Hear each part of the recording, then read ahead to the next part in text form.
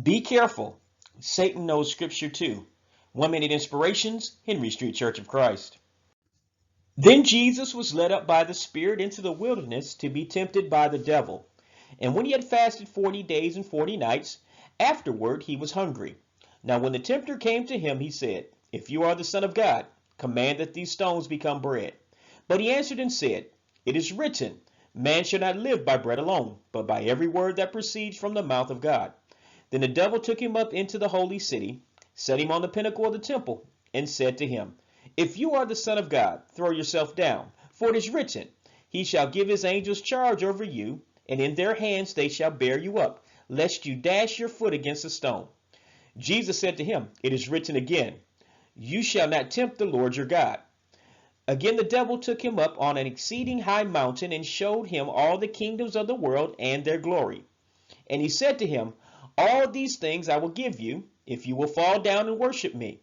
Then Jesus said to him, Away with you, Satan, for it is written, You shall worship the Lord your God, and him only you shall serve. Then the devil left him, and behold, angels came and ministered to him. Matthew chapter 4, verse 1 to verse 11 is a good passage of scripture to show us that Satan also knows the Bible. However, his knowledge is twisted and corrupt, and he does not use the Bible to obey it or pass it on in truth. Instead, he uses it out of context to misguide mankind so that they follow him instead of God. So we must be on the alert to know the truth for ourselves, because he is very charismatic and can easily fool the naive into thinking they are serving God but are not at all.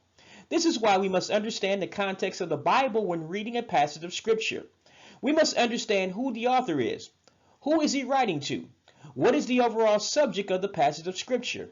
What law is being referred to? Remember, there are two major covenants in the Bible, which is the law of Moses in the Old Testament and the law of Christ in the New Testament. There are things in the Old Testament that do not apply to the Christian, as we are not under the Old Testament. So keep these things in mind when you study the Bible. Most importantly, remember, God does not contradict himself because he cannot lie. Thus, we must make sure when interpreting a passage of scripture, it does not violate what another scripture on the same topic says. For example, preachers often quote Romans chapter 10, verse 9 and verse number 10 to say that faith alone will save someone. Well, this position violates James chapter 2, verse 17 that says that faith alone will never save us. So this means that Satan has taken something out of context, put it into the mouth of men masquerading as men of God, and caused many people to go into religious error that will not save anyone. Salvation also must include baptism for the forgiveness of sins and salvation of one's soul.